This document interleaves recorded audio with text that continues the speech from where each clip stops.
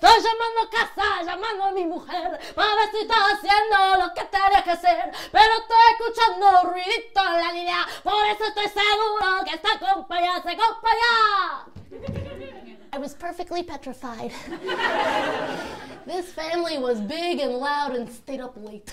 They couldn't have been further from my own.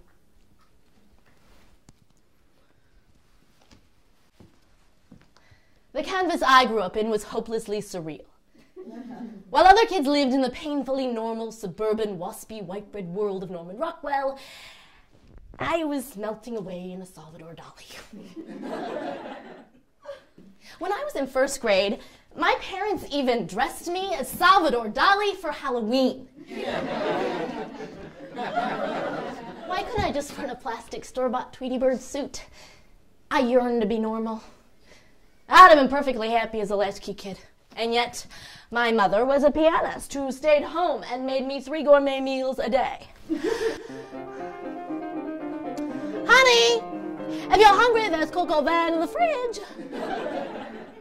In our house, if it wasn't culturally stimulating, it just wasn't in our house.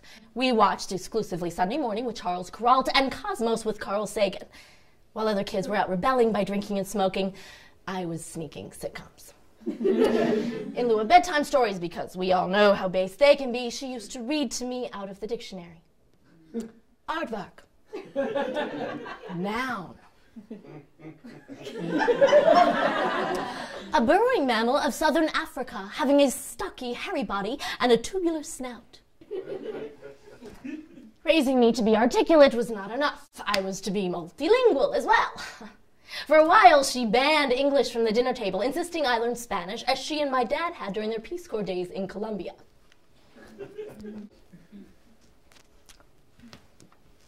Mija, ¿puede pasar la sal, por favor? La sal. The salt, Naomi. I protested the ban by heading up a hunger strike. She eventually caved, figuring it wasn't worth the risk of me developing an eating disorder. So she failed to make me a linguist. How about an activist? When I told her about how I'd heard on the playground President Reagan was planning to blow up the world, she didn't console me. She said to write him, and quick, before he killed us all.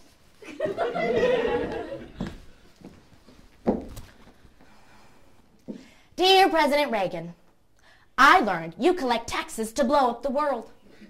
This is not my opinion of how money should be spent. You should go to the Soviet Union and put your fingers like this.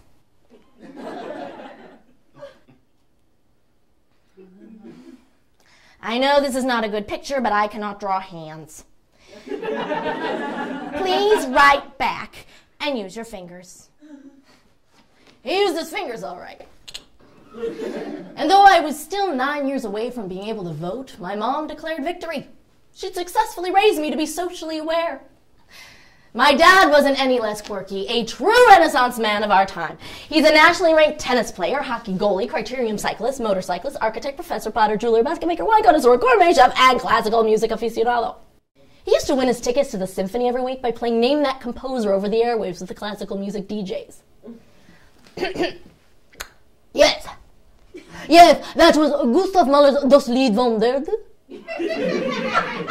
Right again, Mr. Grossman. Tickets are at will call. I just thought we had a season pass. Our speed dial was permanently set at 99.5 kBOD. Heaven forbid there be a fire police emergency. I missed out on what would have been my very first date. Hello?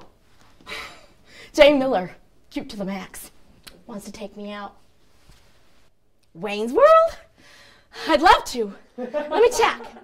Dad, can I go to the movies tonight? Yeah, I know Berlioz is on the program, but this is a significant piece of filmmaking, Dad. We've heard that opus 1,000,000 times. There'd be other chances. Not. If they only knew. They were starving me with their arugula and deafening me with their pulak. To think that a home could be so stimulating and so claustrophobic at the very same time. If only Mom had slipped me a snowball or ding-dong in my lunch every now and then. Our dad had tuned in to hear Casey Kasem do the countdown even just once. They let me go on that one dumb date with Jay. Maybe I'd have stuck around for the senior barbecue. You can see how this ultra-intellectualism could scar a kid.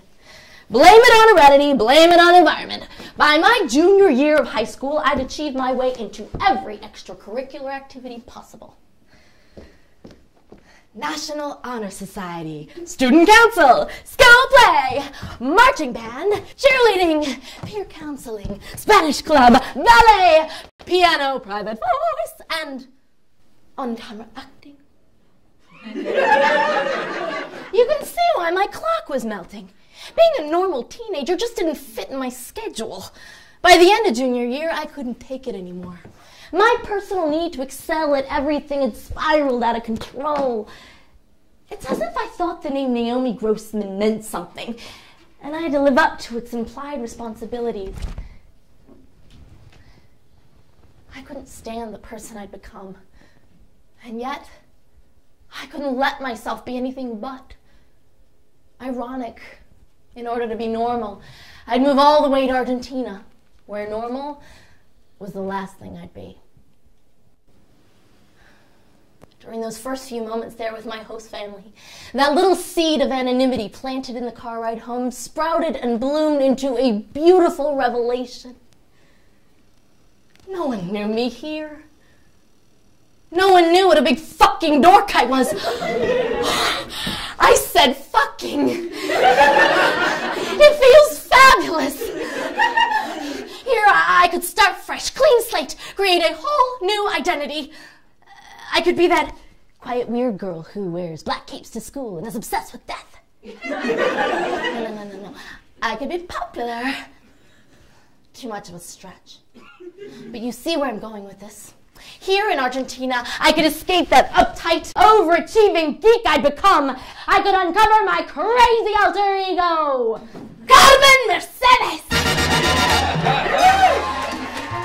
Carmen Mercedes was bold and ballsy and the best alter ego I could have met.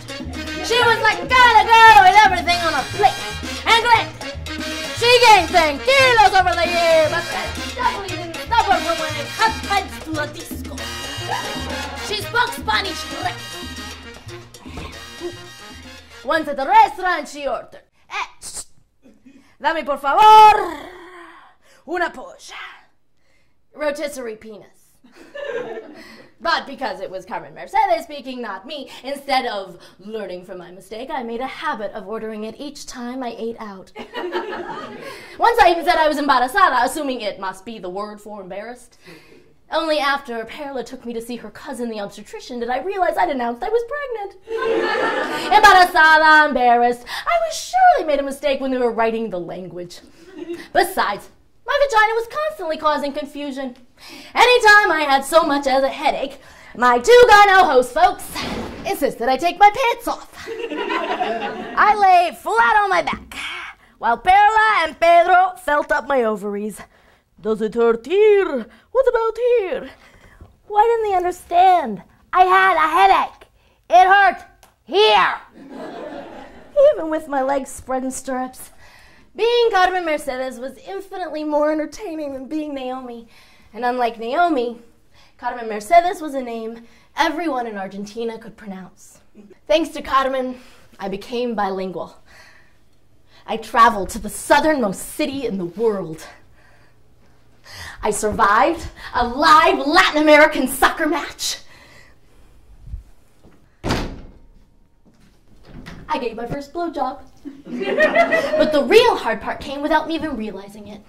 Somehow the clock I was once so married to had melted completely away. And I didn't even miss it. You'd be amazed at the power of simply slipping off your watch. Without the watch, the wrist is free, unencumbered. It feels like you can do anything. Or absolutely nothing.